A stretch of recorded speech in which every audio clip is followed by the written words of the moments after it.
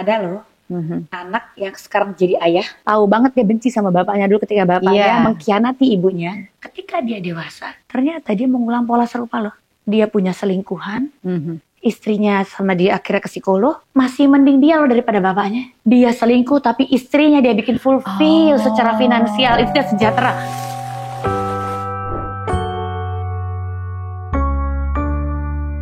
Hai semuanya, selamat datang di Relate Podcast. Kali ini tuh episode perdana alias episode pertama kali, dan spesial banget karena ada narasumbernya Mbak Vera Uli. Ya ampun, terima kasih Mbak Vera sudah datang. Mbak Vera itu salah satu psikolog yang aku kagumi. Kenal sama aku tuh udah dari SMP ya, aku SMP. Terus ternyata jadi dosenku juga. Jadi semuanya deh, kalau ada kasus yang pusing nanyanya sama Mbak Vera. Dia malah juga pinter nih, jagoan.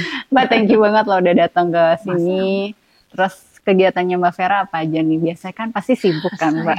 Jadi thank you udah disempetin buat datang gitu. Apa aja Mbak, selain masih ngajar, selain praktek? Yang paling utama kan praktek sebenarnya, ya kan. Kita nambahin kantor baru, cabang baru. Yang tadi di Wisma 46, nambah lagi di Ciputra Internasional. Wow. Doain makin deket ke teman-teman gitu kan ya. Tiap kota Madi ada ya?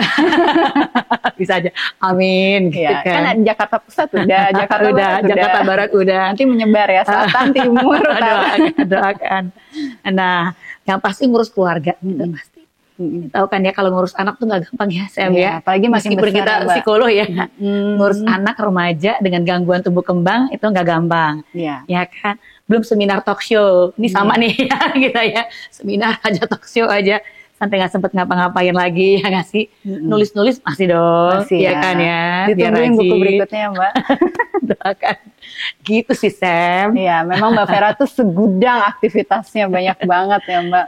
Nah, thank you Mbak. Kita kan mau ngomongin topik yang agak sensitif, tapi selalu jadi pembahasan tentang perselingkuhan. Nah, perselingkuhan tuh kalau selama ini kita selalu ngebahasnya si aktor utamanya nih yang berselingkuh. Kenapa sih dia berselingkuh? Motifnya apa? Lalalala gitu ya Mbak. Nah, aku mau ngajak Mbak Vera buat diskusi tentang yang jadi peselingkuhnya. Si pelakor atau pebinornya itu ya. Jadi apa sih gitu? Kenapa mereka tuh mau gitu Mbak jadi orang yang apa ya, jadi korban juga sih sebenarnya, atau sama-sama jadi pelaku gitu. Ada yang dia sama sekali nggak tahu, ibaratnya kena penipuan bodong gitu kan. Wah, ternyata sudah punya istri gitu. Itu kan kasusnya banyak Mbak. Tapi apa yang mendasari yang dia sudah tahu kondisinya terus dia mau jadi selingkuhannya? Nah, ini kita bicara yang di lapangan dulu aja ya. Kebetulan Mbak Vera beberapa kali ya punya klien yang kebetulan adalah kita nyebutnya kalau simpenan tuh kayak gimana gitu ya. Memang betul. Jadi adalah selingkuhan gitu kan dari suami orang lain. Nah, ujung-ujungnya satu kok, Sam, UUD. Yang paling utama. Motifnya ya, itu ya. Jadi UUD ini ujung-ujungnya duit gitu. Apapun yang diceritakan katanya mau cinta kayak atau apapun ya. Namun kan ada kemudahan secara finansial. Dapat rumah atau apartemen atau dapat mobil-mobil bagus, bahkan juga ada security-nya tuh yang bodyguard yang dampingin itu ada. Ada klien yang tadinya datang dengan perhiasan agak kecil, lama-lama membesar perhiasannya, seriously. Bling-blingnya makin gede gitu kan ya.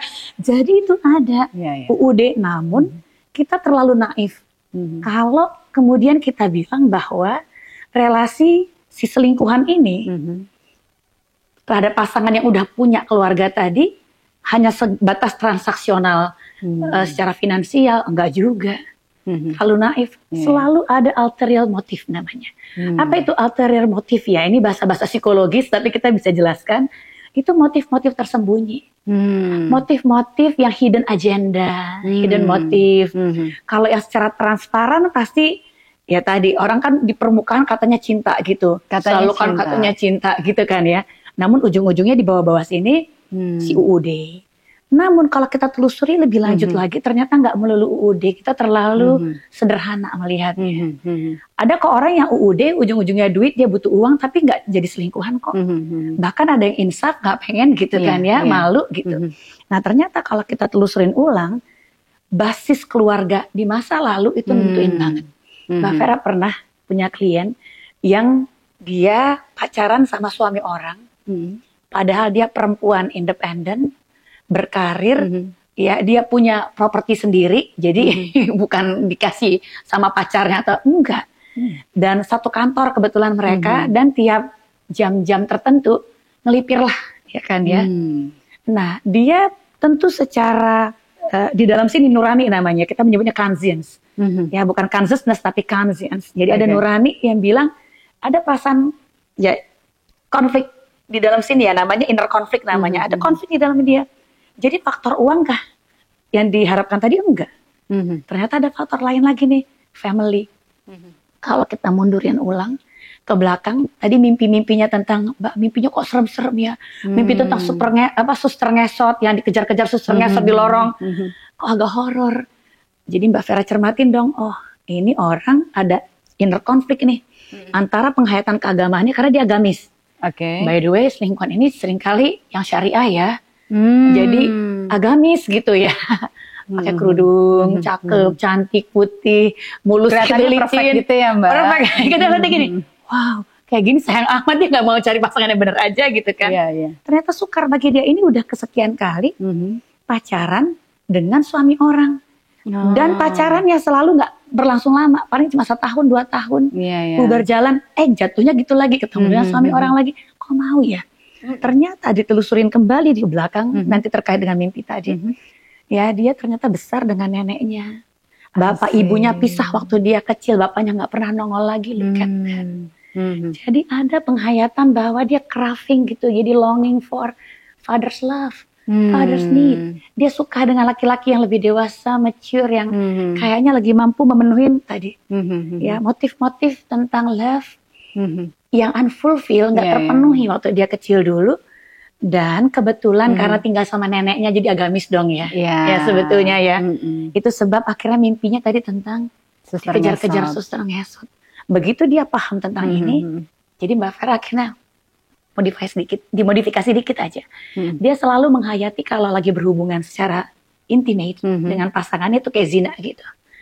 Mbak Vera tanya, do you in love with him? Gitu. Truly in love nggak? Nah kalau dia love, jadi love-nya itu ya betul-betul membabi buta gitu kan ya, wajar karena tadi penghayatan dia tentang keluarganya, namanya kalau dalam psikologi itu internal working model.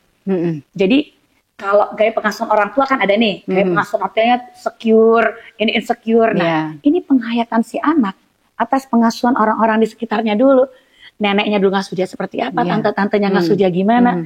Nah penghayatan dia ini nih, kalau penghayatan tadi avoidance kah atau resistant kah gitu. Dampaknya kalau si resistant cintanya kan gebu-gebu, gampang jatuh cinta. Kalau jatuh cinta udah gampang jatuh cintanya, ketemu siapa gitu ya, keluar kota bareng aja jatuh cinta. Karena menggebu-gebu ya hajar bleh gitu kan ya. Dopamin ya Mbak. Iya jadi benar-benar secara nero ya, otaknya ya dia kenikmatannya kan di sana, tapi kan fulfill secara emosional. Nah karena tadi motifnya tadi adalah tentang love yang tadi unfulfilled, tentang figur-figur bapak yang dia mau cari, kemudian nggak dia temukan, sementara ada inner konflik nih, bentrokan dengan penghayatan agama yang dia punya, mimpi-mimpinya suster ngesot, tadi dihayati sebagai zina, Mbak Vera tanya, do you in love? Love gitu kan, so you making love right gitu. Ketika dia menghayati itu making love, mimpinya hilang. More secure buat dia. Tapi apakah ini akan bertahan lama hubungannya? Enggak.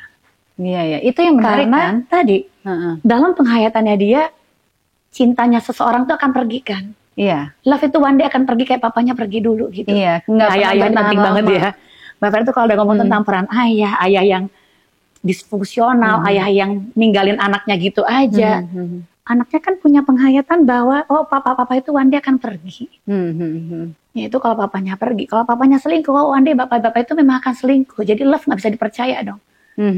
Nah ini ada motif-motif yang dia penuhi. Jadi semu nggak sih Mbak? Kalau dia akhirnya psikoterapi, penghayatan masa lalu tentang internal working model tadi atau penghayatan dia diasuhnya gimana dulu, itu kita benahin sehingga dia berdamai dari dalam, dia lebih rileks. Ya, tapi apakah itu akan mengubah segala sesuatunya? Ada sih yang insaf gitu. Nah, motif-motif kan nggak cuma itu ya, Sam ya. Jadi kalau ditanya, kita terlalu dangkal tadi kan kalau kita bahas cuma karena uang gitu. Atau karena pemenuhan kebutuhan emosional yang dulu nggak terpenuhi. Atau karena semata-mata cinta. Ada loh yang memang tertipu gitu, zong aja. Ini biasanya perempuan-perempuan yang nggak peka gitu loh. Padahal sebenarnya kan udah sinyal-sinyal ya. Ini laki orang bukan sih, bukan dia dari perutnya buncit apa enggak, bukan loh. Kadang-kadang gini, perutnya buncit ini kayaknya udah jadi laki orang nih, kayaknya udah already taken, bukan. Nah, seringkali kalau kita cermatin ya, ada orang yang mengabaikan sinyal-sinyal bahwa ketika dia dekat dengan seseorang, dia pikir ini love udah bener nih, ya mau aja tadi ya dibawa kemana-mana, dibohongin bahwa dia seolah-olah udah single atau duda gitu kan ya, masih single atau udah duda. Namun kalau kita cermatin ya dari awal sebetulnya mereka ini udah pantas ya kok nggak pernah diajak ke lingkungan pertemanannya gitu. Oke deh nggak diajak dulu, ada. Oke deh nggak diajak dulu nih ke keluarga, ketemu papa mama, terlalu serius kan kalau kayak gitu, ketemu orang tua tuh kayak udah mau lamaran gitu kan ya. Namun sebetulnya ini bagus sebetulnya, ketemu keluarganya dulu, kenal dengan dia tinggal di mana sih, ya kan, jangan sampai tinggal di situ kan besok-besok pindah gitu kan ya, dicari nggak nemu kantornya di mana, dia harus jelas. Kemudian harus jelas juga tentang lingkungan pertemanannya. Nah kalau kita diajak jadian tapi kok kemudian hubungannya udah deket, namun diajaknya nggak pernah ke pertemanan secara de facto tuh nggak real gitu kan, yang inner circle-nya nggak ada, circle-nya nggak jelas, dia kok nggak pernah terima teleponnya selama kita dalam relationship. Terima teleponnya kayak diumpet-umpetin habis udah kelar gitu kan ya. Balasnya lama. Nah, kan curiga dong nih sebenarnya apa. Tapi gimana kalau sebenarnya keluarganya juga mendukung? Nah, ini beda. Biasanya kalau yang keluarga mendukung itu yang faktor UUD tadi. Jadi dalam beberapa kasus yang Mbak Farah tanganin, ya ada yang keluarganya betul-betul ngedukung supaya dia jadi simpenan selingkuhan. Karena secara finansial mereka jadi fulfill, dan mereka ini umumnya kayak Robin Hood. Ya, betul. Ya kan, soalnya ngambil dari sini soalnya. Robin Hood maksudnya Robin Hood ke keluarganya, ke papa mamanya. Ya, apakah ini sebetulnya sebagai manifestasi dari perasaan berdosa, ya karena tadi zina dan segala macam, jadi kompensasinya adalah melakukan kebaikan dengan sholatnya jadi makin rajin, pakai hijab yang tadi Mbak Vera bilang jadi syariah gitu, jadi bantuin orang banyak, seolah-olah kayak ngapus dosa gitu ya kira-kira, atau memang betul-betul kebutuhan. Jadi peran yang dia mainkan sering banget kan di Indonesia kayak gini. Ada suami istri yang punya anak, tapi suami istri ini sama-sama nggak mampu jadi orang tua yang berfungsi dengan baik, mengambil peran-peran orang tua. Jadi mereka betul-betul orang tua yang ngandalin anak-anaknya, anak-anak disuruh cepet gede, cepet lulus sekolah, ya. Kemudian anak-anak ini yang kemudian menafkahi orang tuanya di Indonesia tuh cukup banyak kasus-kasus kayak gini. Generasi sandwich ya. Generasinya mending masih sandwich, Sam. Ini benar-benar udah kebalik. ATM aja. Jadi udah kebalik. Jadi segitiganya kalau nih papa mama nih segitiga ya gini ya. Nih anak-anak. Jadi kayak parentification gitu ya. Udah betul. Jadi dia parenting buat ortunya. Jadi udah kebingungan peran kan. Perannya yang dia mainkan yang mana. Seolah-olah dia harus nafkahi bapaknya, nafkahi ibunya. Kalau enggak nanti dia jadi anak durhaka. Sehingga dorongan untuk punya financial stability itu besar. Nah, jadilah ke kota besar untuk jadi enong-enong gitu kan, misalnya ya di kampung ujung-ujungnya kesannya wah perempuan independen berhasil yang kayaknya keren banget. Ternyata enong-enong gitu kan ya gitulah. Macam-macam. Nah ini kan menarik ya Mbak, kalau kita ngebahas tentang dinamika keluarga seperti yang Mbak Vera udah sampaikan, ternyata tuh kan kompleks banget kan, kayak gunung es. Banyak banget. Iya, nggak bisa kita ngeliat satu kasus semua teori bisa dipakai, pasti beda-beda. Nah, yang tadi Mbak Vera ceritain semuanya rata-rata perempuan. Gimana kalau yang laki-laki, Mbak? Berondong-berondong itu pasti ada kan sebetulnya kan. Iya. Ya, jangan kan berondong yang benar-benar berondong simpenan gitu kan ya. Yang diundang-undang untuk party-party aja kemudian buat joget-joget juga ada gitu kan ya sebetulnya. Ada kan ya begitu. It's real right gitu. Nah, jadi gimana ya motif-motif kayak gini nih? Iya. Seringkali kita dalam family, dalam keluarga di masa lalu atau kita kecil, kita menghayati keluarga kita dengan penghayatan tertentu. Beda ya dari ortu. Ortu merasa kayaknya udah cukup deh kayaknya. Udah fulfill kayaknya, udah bener. Nah, kebanyakan kalau anak-anak tertentu ini nggak bisa langsung plek-plek ya. Khawatir nanti tiba-tiba gini, dia meninciri ini nih, ini kayaknya berondong ya tante-tante nih gitu. Belum tentu. Jadi di dunia kita yang serba instan ini, jadi faktor budaya turut ngaruh ya. Kan ya, kita nggak bisa lari dari budaya bahwa semua serba instan sekarang. Sekarang benar. Bahwa tampilan luar itu penting. Orang bisa sih tinggalnya misalnya dalam gang tapi mobilnya bagus gitu misalnya, itu banyak bisa terjadi. gitu. Nah, ya kan ya.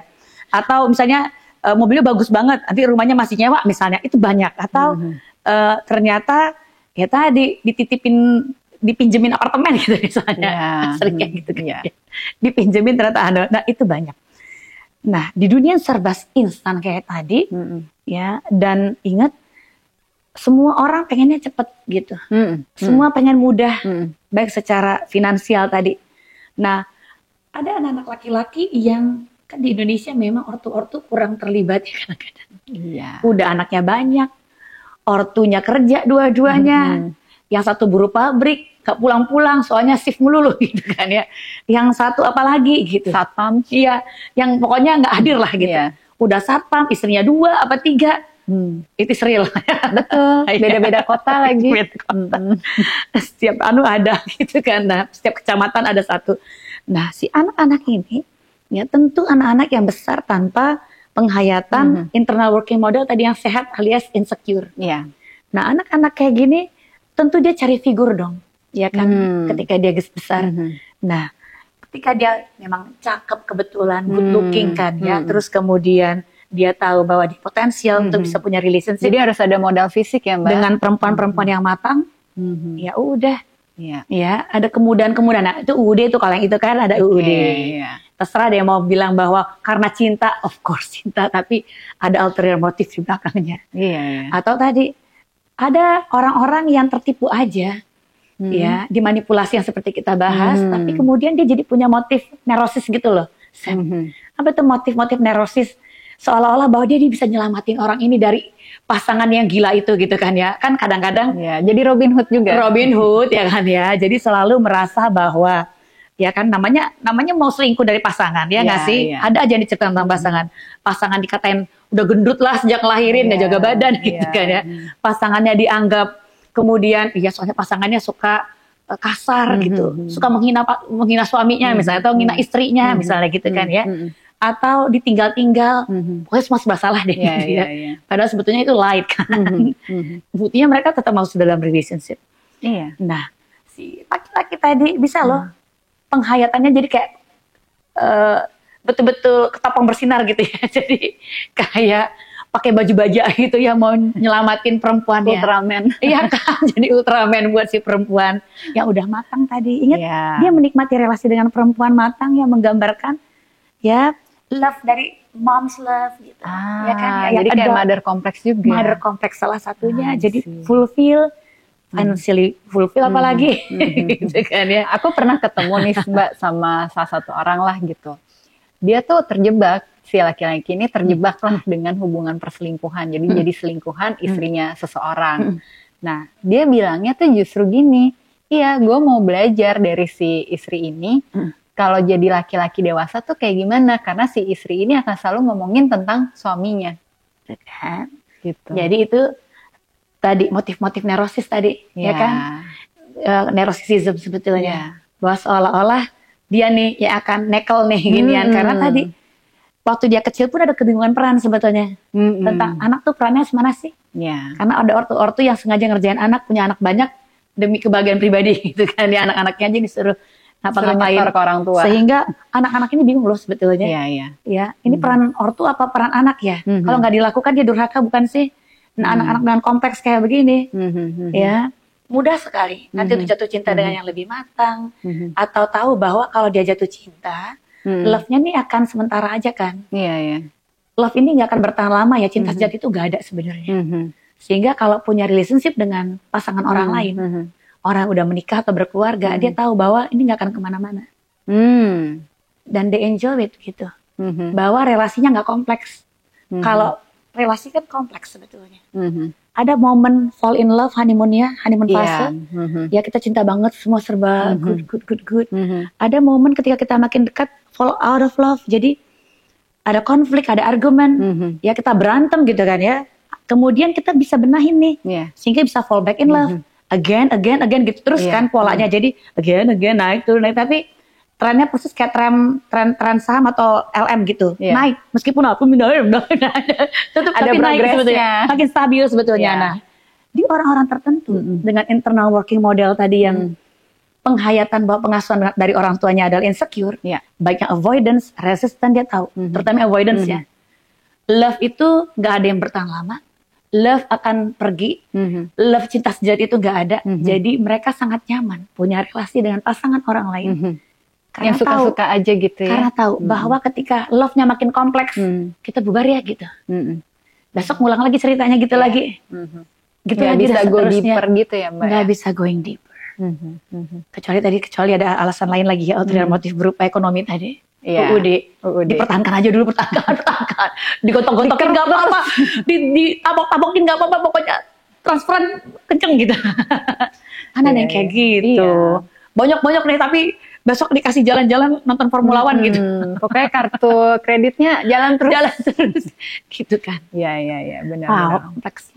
Ini semakin kita obrolin semakin kompleks ya Mbak. Kompleks sebenarnya. Apalagi kalau kejadian-kejadian perselingkuhan itu ternyata di kantor Mbak. Ya gitulah. Dan kan kejadiannya tuh banyak banget yang udah tahu. Kalau di kantor kan pasti udah tahu dong ya Mbak. Udah tahu dong dia tuh punya istri atau punya suami gitu. Lah malas antar suami istri ini berselingkuh, sama-sama selingkuh gitu Mbak. Padahal udah tahu. Jadi sebenarnya yang dicari kalau motifnya kayak gini, itu apakah memang masih berkaitan dengan dinamika keluarganya atau tentang kepuasan dari relasi pernikahannya sebetulnya? Kompleks. Namun Mbak Vera pernah punya couple yang kayak begini modelnya tadi. Ya Indonesia itu jadi aspek budaya penting. Di Indonesia kita tuh budaya malu sebetulnya. Dengan in group yang kuat kayak kita begini di Indonesia, budayanya bukan budaya bersalah kayak di Jepang ya. Yang kalau ketahuan ngapa-ngapain selingkuh, pokoknya mendingan dia mati aja deh gitu kan ya. Atau dia mundur aja deh. Dia resign nih ya kan. Itu malu. apa bersalah. Kalau di Indonesia budaya itu budaya malu, shame culture. Jadi ngapa-ngapain aja boleh asalkan gak ketahuan. Seringkali kita punya penghayatan begini, ya tuh orang kayaknya trili tapi kita tahu itu korup. Tapi kita terima kok, masih gini kita tetap wah karena soalnya kita menikmati maklumnya mental penjajahan gitu. Kita nggak peduli karena kan sebelum ketangkap, tapi kalau udah ketangkap berarti mana ya. Jadi aspek budaya ngaruh. Buat kita lebih baik ya ini borok disimpan sendiri, ya. Yang penting dari luar kelihatan happy couple. Ya, ini couple goals banget nih berdua gitu kira-kira. Sering kali ada orang yang akhirnya terpaksa cerai. Mbak Vera pernah nanganin kayak gitu soalnya. Yang tahu mereka pisah cerai secara hukum. Ya, ada ketok palu nih adalah psikolognya. Kemudian akhirnya anak-anaknya dan lawyer. Udah, itu aja. Jadi kalau tampil depan publik masih berdua guys. Dan udah punya pacar masing-masing juga kayak selingkuh sama pacarnya. Kalau yang satu malah udah punya istri berikutnya gitu ya. Ya ampun. Yang satu enggak. Nah, kalau dua-duanya begitu gimana? Ya salah satu penyebabnya adalah tadi mau menyelamatkan muka masing-masing karena keluarga kita in grupnya kan gede nih. Jadi dampak dari keluarga besar. Sosial statusnya Mbak. Di sosial status di keluarga besar tuh penting banget. Jadi Namboru mana yang udah jauh banget, atau di sini adalah bude pade yang dari entah pihak mana lagi, pokoknya semua orang mesti ngeliat mereka sebagai happy family. Gitu. Apapun yang di dalam sana remain rahasia bareng-bareng gitu kira-kira. Itu ada sih segitunya. Aku rasa banyak Mbak yang relate sama cerita kasusnya Mbak Vera. Tapi Mbak Vera aus gak sih Mbak? Kita minum dulu Mbak. Terima kasih. Tadi di jalan tuh udah minum santai-santai, pokoknya kan dandan dulu cepet nyampenya gitu. Ternyata emang kalau ngomongin perselingkuhan tuh intens banget ya Mbak. Exactly, karena kan motifnya ternyata nggak sesederhana sekedar uang aja kah, love aja kah gitu kan ya. Iya. Ada yang lain-lain sebetulnya. Ada yang lain-lain. Kita minum dulu, Mbak.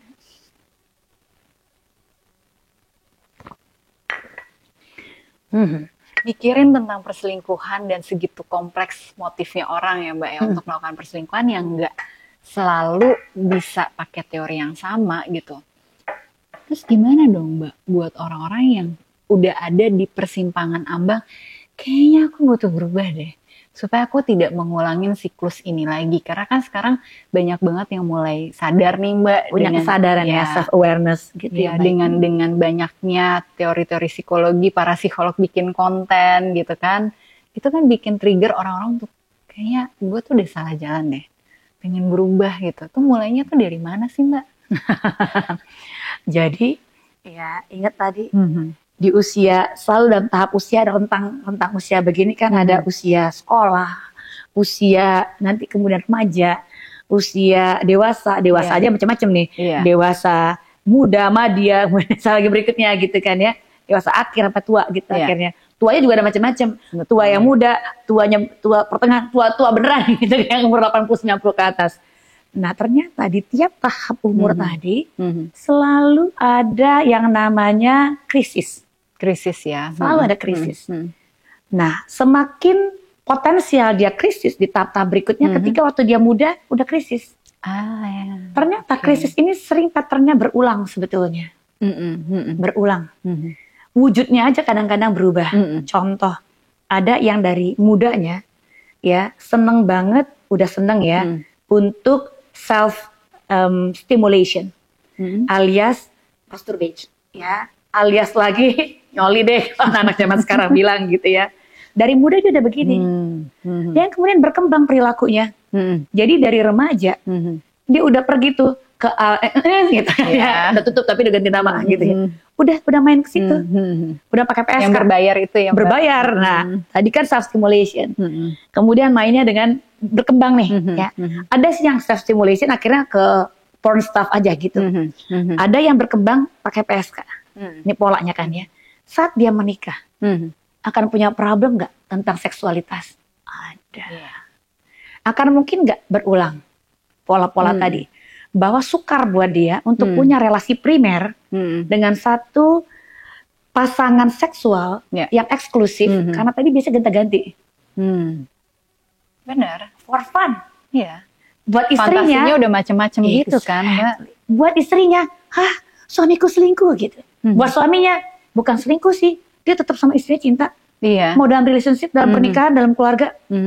Tapi yang ini for fun. Iya, perspektifnya udah beda banget ya Mbak. Exactly. Jadi ya krisis-krisis dalam kehidupan itu kan selalu ada. Sampai dia ngeh bahwa dia ternyata pernah dalam krisis seperti itu self awareness. Self awareness kayak gini tuh landasan banget untuk bisa berubah. Akhirnya dimodifikasi penghayatannya sehingga penghayatan tentang love code-nya nih. Ini bahasa awamnya nih Mbak Vera pakai love code, kode cinta gitu. Sebenarnya bahasa kode cinta tuh apa sebenarnya? Mungkin banyak yang belum familiar. Nah ini yang Mbak Vera mau jelaskan. Pengkodean, jadi kalau dicari ada nggak sih kode cinta? Bukan kode cinta sih namanya, tapi ini mau mempersingkat aja, mau mempermudah. Jadi kayak popular psychology punya term aja gitu ya. Bahwa saat kita lahir di sebuah keluarga, ada dua penghayatan love. Ada dua love code gitu ya, kode love-nya. Love code yang pertama itu adalah penghayatan bahwa kita dicintai nih sama ortu kita. Dicintai ayah kita, ini one on one ya, dicintai ibu kita. Itu jadi, penting ya Mbak ya? Itu awalnya secure-nya, penghayatan bahwa disentuh itu yang sehat, itu yang kayak mana, yang cinta dan sayang. Jadi bisa bedain nanti dia disentuhnya lagi disentuh yang lagi digodain, dia tahu bahwa there's bad touch gitu. Nggak bisa tuh kayak misalnya nih, ini bad touch, ini good touch, nggak bisa diajarin kayak gitu, nggak bisa diomongin gini. Dia harus punya penghayatan dulu, bahwa waktu dia kecil dia sering dipeluk, disayang. Ya, fulfill nih love yang tadi. Jadi dia tahu ini real love, true love. Ya, bukan yang KW-KW. Makanya nanti analoginya nih, cuma perempuan yang punya tas yang real dan genuine yang tahu mana tas KW. Bener lagi. Ya kan? Sama, mereka yang dicintain dengan love dan tas yang benar waktu dia baby, kecil-kecil dulu.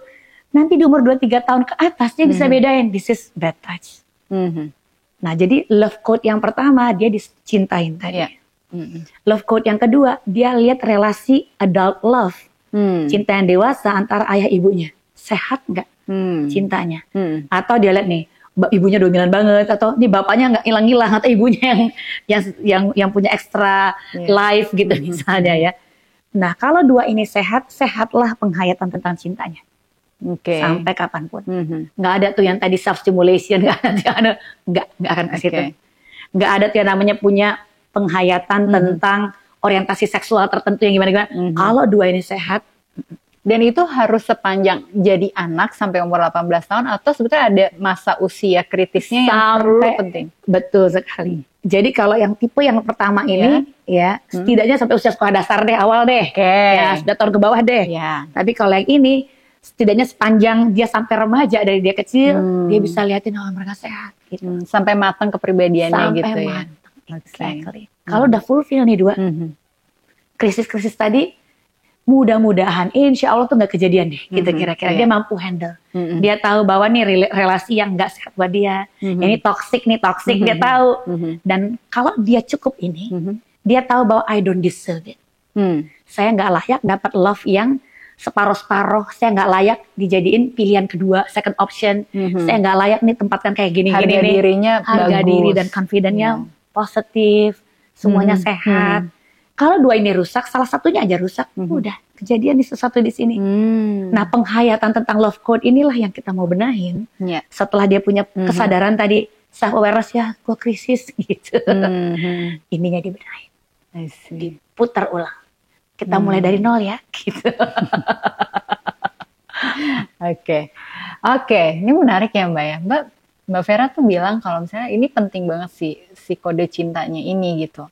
Gimana kalau ternyata salah satu orang tuanya itu berselingkuh dan anaknya mengetahui itu di periode usia dia remaja, SD gitu, atau remaja. Bedanya tuh gimana Mbak? Efek samping buat si anak ini? Iya. Setiap anak biasanya ya, punya respons, kalau masih anak-anak tadi kayak SD terutama, yang dia internalize dari respons ortunya. Masuk ke dalam diri dia. Yes. Dengan siapa dia mengidentifikasikan diri nih. Jadi identified ya Mas. Biar cepet aja ngomongnya. Identified. Dengan siapa dia identified diri? Dengan mama atau papa? Dengan siapa aliansi dalam keluarga ini terbina? Anak beraliansi dengan ibunya kah? Atau aliansi ini antara ayah dan ibu? Gak mungkin ayah dan ibu, soalnya ayahnya selingkuh. Gak mungkin. Aliansi yang sehat pasti ya kan ya. Nah, atau aliansi dia dengan ayahnya. Nah, anak terluka lebih besar ketika dia lihat salah satu ortunya terluka parah gitu.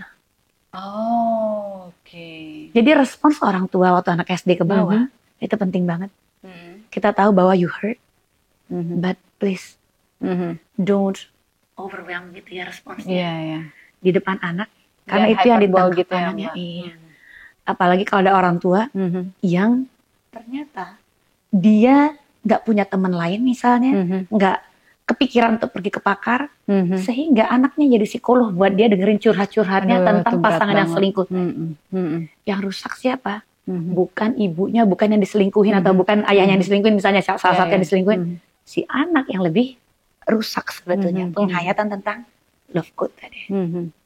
Yang satu dia nggak ngerasa bahwa ya orang tua tadi yang selingkuh sayang sama dia, karena dia ditinggal. Orang tuanya lebih cinta sama selingkuhan gitu. Dia ditinggal nih. Jangan-jangan ortunya selingkuh karena dia kali ya. Apa dia kurang oke gitu. Kurang bisa bikin ortunya happy di rumah. Look at that. Jadi dia nyalahin dirinya sendiri. Atau tadi dia selalu lihat bahwa cinta yang dewasa itu gak pernah ada. True love itu semuanya adalah hoax. Akan bubar jalan one day. Itu it changed things di dia. Jadi rusaknya salah satunya karena itu. Di anak ya. Wow, jadi benar-benar ya Mbak ya, ternyata apapun aksinya, kalau misalnya udah dalam pernikahan, apalagi kalau punya anak, kalau salah satu orang tua ketahuan selingkuh dan anaknya tahu, itu justru efek buruknya ke anaknya Mbak. Dan kalau ini jadi kayak anaknya tersakiti, misalkan dia anak laki-laki, terus dia sebel sama bapaknya karena bapaknya berselingkuh gitu. Apakah nanti dia bisa mengulangi lagi apa yang dilakukan bapaknya saat dia menikah? Bisa berbagai versi nih. Ya. Oke. Ada loh Anak yang sekarang jadi ayah, Ya. tahu banget dia benci sama bapaknya dulu ketika bapaknya Iya. mengkhianati ibunya. Buat dia itu pengkhianatan, boleh dong ya. Buat bapaknya itu for fun, buat dia ini pengkhianatan. Kemudian bapaknya punya extra life, jadi punya pernikahan lain, punya keluarga lain, sehingga ibunya nggak dinafkahin, mereka susah. Ibunya kemudian kena penyakit kelamin karena ulah si bapak. Ketika dia dewasa, dia kan anti kayak begituan, anti lihat bapaknya. Ternyata dia mengulang pola serupa loh. Iya. Dia punya selingkuhan, istrinya sama dia akhirnya ke psikolog, ya tahu kan? Ternyata dalam penghayatan si ayah yang dulu jadi anak-anak ini korban perselingkuhan tadi, masih mending dia loh daripada bapaknya. Dia selingkuh tapi istrinya dia bikin fulfill secara finansial, itu dia sejahtera, nggak bikin kayak ibunya dulu.